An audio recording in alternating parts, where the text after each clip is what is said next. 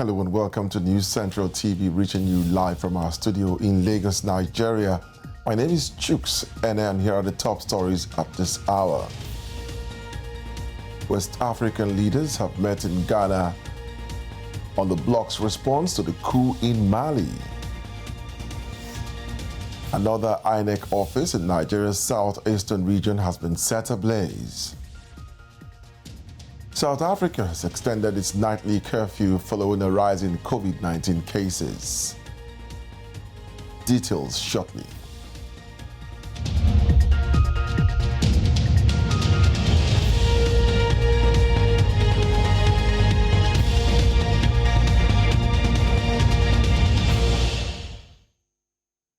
We begin in West Africa, where leaders have discussed how to respond to a coup in Mali. The leaders of the 15-member Economic Community of West African States were joined by Assimi Goïta, who was named interim Malian president after leading the takeover last week. The revolt has prompted sanctions from foreign powers, which fear the situation in the country will derail a promised transition back to democracy following another coup last August led by Goïta, an army colonel. Meanwhile, French President Emmanuel Macron has warned that France would withdraw troops from Mali if political instability there leads to greater radicalization. Mr. Macron warned of the risk of Mali moving towards greater Islamist influence. It follows a second coup in 9 months in the West African nation. France has 5,100 troops in the Sahel region, which has been a front line in the war against Islamist militancy.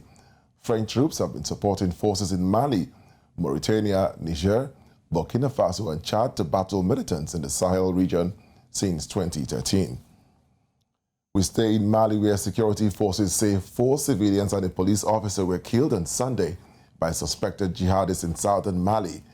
The unidentified men attacked a checkpoint near the town of Bogoni, around 100 kilometers from Mali's border with Côte d'Ivoire and Guinea. Locals say the attack occurred between 3:30 GMT and 400 hours GMT. A local lawmaker said the attackers targeted an outpost that is used by both police and forest rangers. In neighboring Niger, at least 4 members of the security forces and 4 civilians have died in a raid on the country's major southeastern town of Difa. Authorities said rebels of the Islamist State of West Africa province, a breakaway group from Boko Haram, stormed Difa with 15 vehicles. The Ministry of Defense, in a televised address, said a number of terrorists were neutralized. In an earlier statement, the army said it recovered a rocket launcher, a mortar, a large amount of ammunition, mobile phones, drugs, and syringes. We stay in West Africa, where an aide to Nigeria's former President Goodluck Jonathan, Ahmed Gulak, has been shot dead. Reports say Gulak, from the northeastern state of Adamawa, was shot dead on Sunday at the airport in the southwestern state of Imo. Gulak was a former member of the opposition People's Democratic Party. He came to the ruling All Progressive Congress in 2018. An auto parts market in Nigeria's commercial capital, Lagos, has been gutted by fire. The Lagos State Fire Service said the fire started on Sunday at the Alakpeju section of the Ladipo market in the Mushin area of the state. The cause of the fire, which has destroyed items worth millions of naira, is yet to be determined. Meanwhile, another regional office of Nigeria's election umpire, INEC, in the southeastern region of the country was set ablaze today. 1 was killed during the incident at the Independent National Electoral Commission in Njaba local government area of Imo State. INEC, in a statement, said the building was substantially burnt down along with electoral materials, office equipment and furniture. It said the incident has been reported to the police for further investigations. The latest incident brings to 42 the number of INEC offices that have been attacked across the country since 2019. At least 200 students of an Islamia school located at Tejina in Rafi local government area of Nigeria's northwestern state of Niger have been abducted. Reports say 1 person was shot dead while another is critically injured after gunmen carried out the kidnap operation at about 4:30 p.m. local time on Sunday. The Secretary to the Niger State Government, Ahmed Matane, says the number of abducted students is yet to be ascertained. He said the government, in collaboration with security agencies, has mobilized troops to the various areas. In the Horn of Africa, the International Criminal Court prosecutor has urged Sudan's transitional government to hand over suspects wanted for war crimes and genocide in the Darfur conflict. ICC prosecutor Fatou Bensouda made the call on Sunday after arriving in Sudan's western Darfur region on Saturday, where she met with authorities and the affected communities in the region. Among those wanted by the International Court is former Sudanese President Omar al-Bashir, who has been in jail in Khartoum since he was ousted in April 2019. Also indicted by the court are other senior figures from Bashir's tenure. In Somalia, the National Army says its forces have killed about 100 al-Shabaab militants in recent operations in the Middle Shabelle region of southern Somali.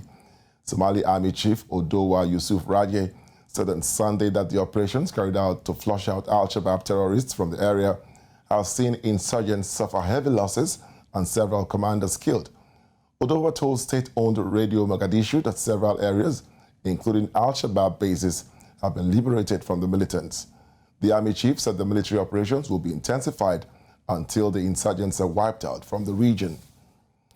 Now, still in that region, more than 10,000 people have attended an anti-U.S. rally in Ethiopia's capital, Addis Ababa, to denounce President Joe Biden's policy on the conflict in the country's northern region of Tigray.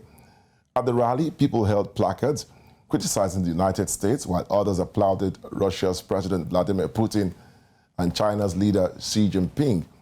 Mr. Biden had called for a ceasefire in the conflict, which is now in its 7th month. Thousands of people, mostly civilians, have been killed, and at least 2 million others have been displaced. Both sides in the conflict have been accused by human rights groups of committing crimes against civilians, including mass killings and rape. In the meantime, the U.S. State Department has imposed restrictions on economic and security assistance to Ethiopia over the conflict, a move that has angered the Ethiopian government. The U.S. Foreign Ministry said the move was regrettable, adding that it could seriously undermine U.S.-Ethiopia relations. The Biden administration has also been pushing for the withdrawal of Eritrean troops who remain in Tigray, despite Ethiopian authorities saying weeks ago they will have to leave the country. Egyptian President Abdel Fattah al-Sisi has set a high-profile security delegation to Israel and Palestine to solidify the ceasefire recently reached between Israel and Hamas that controls the Gaza Strip. The Egyptian delegation will discuss ways to reach a comprehensive truce in the West Bank and Gaza Strip. Al-Sisi stressed the importance of taking all measures necessary to ensure prevention of a re-escalation between Israel and Palestine. The delegation will also discuss reconstruction of Gaza, for which Egypt has allocated $500 million US.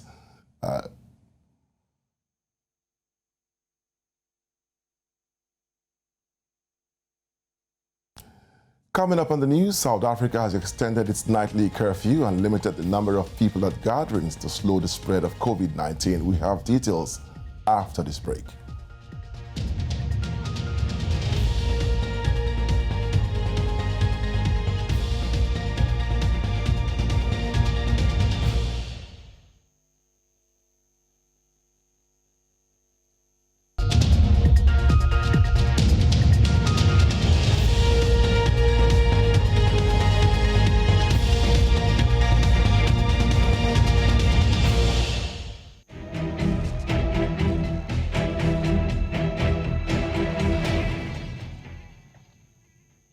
Welcome back. The news continues now with updates on the coronavirus pandemic. South Africa's President Cyril Ramaphosa has extended the country's nightly curfew and limited the number of people at gatherings to slow the spread of COVID-19 as positive cases surge. In a national address, Ramaphosa said the level 2 lockdown restrictions will start on Monday, forcing non-essential establishments like restaurants, bars and fitness centers to close by 2200 local time, as the curfew will now start at 2300 from midnight and end at 400 hours. All gatherings will be limited to a maximum of 100 people indoors from 250 and 250 people outdoors from 500. Restrictions are necessary to ensure that health facilities are not overwhelmed and that lives that could be saved are not lost. Delaying the spread of the virus is especially important now to allow as many people as possible to be vaccinated before the third wave reaches its peak. These recommendations have been discussed at the National Coronavirus Command Council, and earlier today we had further discussions with our premiers, our mayors of metros, and traditional leaders in the President's Coordinating Council. Based on these discussions, Cabinet has therefore decided that the country should be placed on adjusted alert level 2 with effect from tomorrow. This means that the hours of curfew will start at 11 p.m. and end at 4 a.m. It also means that non-essential establishments like restaurants, bars, and fitness centers will need to close by 10 p.m. This is to allow their employees and patrons to travel home before the start of the curfew.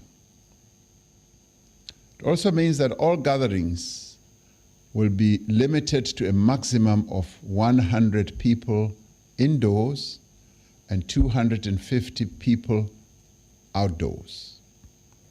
Where the venue is too small to accommodate these numbers with appropriate social distancing, then no more than 50% of the capacity of the venue may be used. This includes religious services, political events and social gatherings, as well as restaurants, bars, taverns, and similar places. Several important measures remain in place. It remains mandatory, that is compulsory, for every person to wear a face mask that covers their nose and mouth at all times when in public spaces. The number of confirmed COVID-19 cases in Africa reached 4.82 million as of noon on Sunday. The Africa Centers for Disease Control and Prevention said the death toll from the pandemic stands at over 130,000, while 4.36 million patients across the continent have recovered from the disease. Africa CDC says South Africa, Morocco, Tunisia, Ethiopia, and Egypt are the countries with the most cases on the continent. The Continental Health Agency says Southern Africa is the most affected, followed by the north and eastern parts of the continent, while Central Africa is the least affected region in the continent. In Kenya, a nationwide COVID-19 curfew in the country has been extended by 60 more days to July 27. The extension comes as the country's health ministry warned that there was a high possibility of a fourth wave as the number of infections continue to surge. The country's Interior Minister Fred Matiang'i said the order shall apply during the hours of darkness between 10 o'clock in the evening and 4 o'clock in the morning, with effect from the 28th of May 2021. The nationwide curfew is part of the COVID-19 containment measures put in place by the government. Kenya has been under some form of a curfew since March 2020.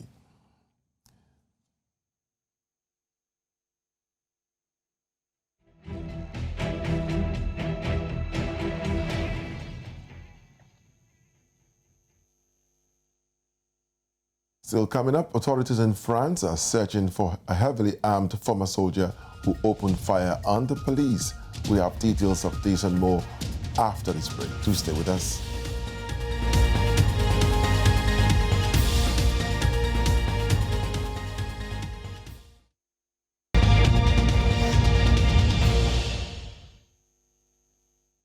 A manhunt is underway in southwest France for a heavily armed former soldier who opened fire on the police. About 200 officers and 2 helicopters are searching for the man around the town of Loladun, Saint-Lazare in the Toton region. Reports say the unnamed man in his 30s has a history of domestic violence and is armed with a high-caliber weapon. The local government has urged residents to stay indoors. He has reportedly been spotted in a wooded area near the town. The United Nations Human Rights Chief, Michelle Bachelet, has called on Colombia to launch an inquiry into deaths of anti-government protesters in the southwestern city of Cali. Ms. Bachelet, the UN Human Rights Commissioner for Human Rights, called for a swift investigation and for all sides to continue talking to each other. Her office cited reports that 14 people had been killed in Cali since Friday. It said a further 98 had been wounded, including 54 by firearms. The city of Cali has been the epicenter of protests against President Ivan Duque. At least 2 people have died and more than 20 were wounded in a shooting outside a concert hall in Florida. The shooting took place between 2400 and 100 local time in Hialeah, a city north of Miami. Police Director Alfredo Ramirez III told reporters that 3 people climbed out of a white car with assault rifles and handguns and started firing indiscriminately into the crowd.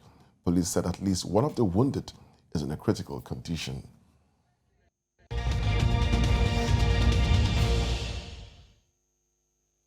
Nigeria's anti-drug agency has arrested 10 suspected online drug traffickers with 107 kilograms of cocaine in the nation's capital, Abuja.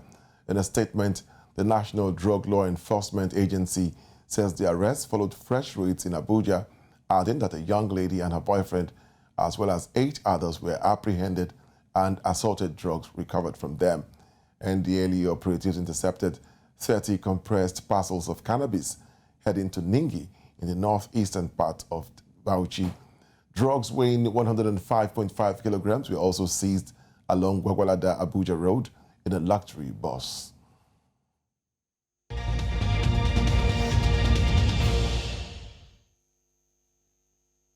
In sports, Swiss Moto3 rider Jason Dupasquier has died in hospital from injuries he sustained in a 3-bike crash during Sunday's qualifying session in Italy. 19-year-old Dupasquier was struck by another bike after falling and slid along the track at the Mugello circuit. He was flown to Florence Hospital. Going into the weekend's Italian Grand Prix, Dupasquier was 10th in the world champion standings with 27 points from the opening 5 races of his second season. Dupasquier started his career in Supermoto and was a multiple-time Swiss national champion.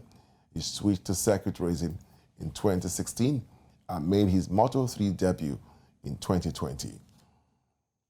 Amazulu have been crowned champions of the DSTV Diski Challenge Rewired after beating Mamelodi Sundowns 2-0 in the final on Sunday. Goals from Lindani Shangai and Sandile Kumalo on either half of the game gave Ushutu their first ever Diski Challenge title. Amazulu came to the match carrying an underdog tag. However, they managed to maintain their 100% unbeaten run as they stunned Sundowns. Japanese tennis player Naomi Osaka has been fined $15,000 for refusing to hold a press conference after her opening win against Patricia Maria Tig. Tournament officials said in a statement on Sunday that Osaka has been advised that if she continues to ignore her media obligations, she will be exposed to further possible code of conduct infringement consequences. The statement said repeat violations will attract tougher sanctions, including disqualification from the tournament. The French Open reminded Osaka that a core element of the Grand Slam's regulations is the responsibility of players to engage with the media, whatever the result of their match.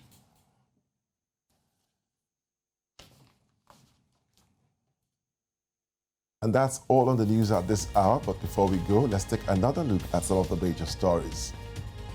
West African leaders have met in Mali to discuss their response to the coup in that country. Another office of Nigeria's election umpire in the nation's southeastern region has been set ablaze. And finally, we told you that South Africa's President Cyril Ramaphosa has announced an extension in the country's nightly curfew following the rise in COVID-19 cases. And that's all we have time for. Many thanks for watching, but remember you can follow us on social media. We are at News Central TV. You can download our mobile app on the App Store and the Play Store. You can also watch News Central live on Star Times, Channel 274, AVO TV, Channel 23, and on YouTube. My name is Chooks NF.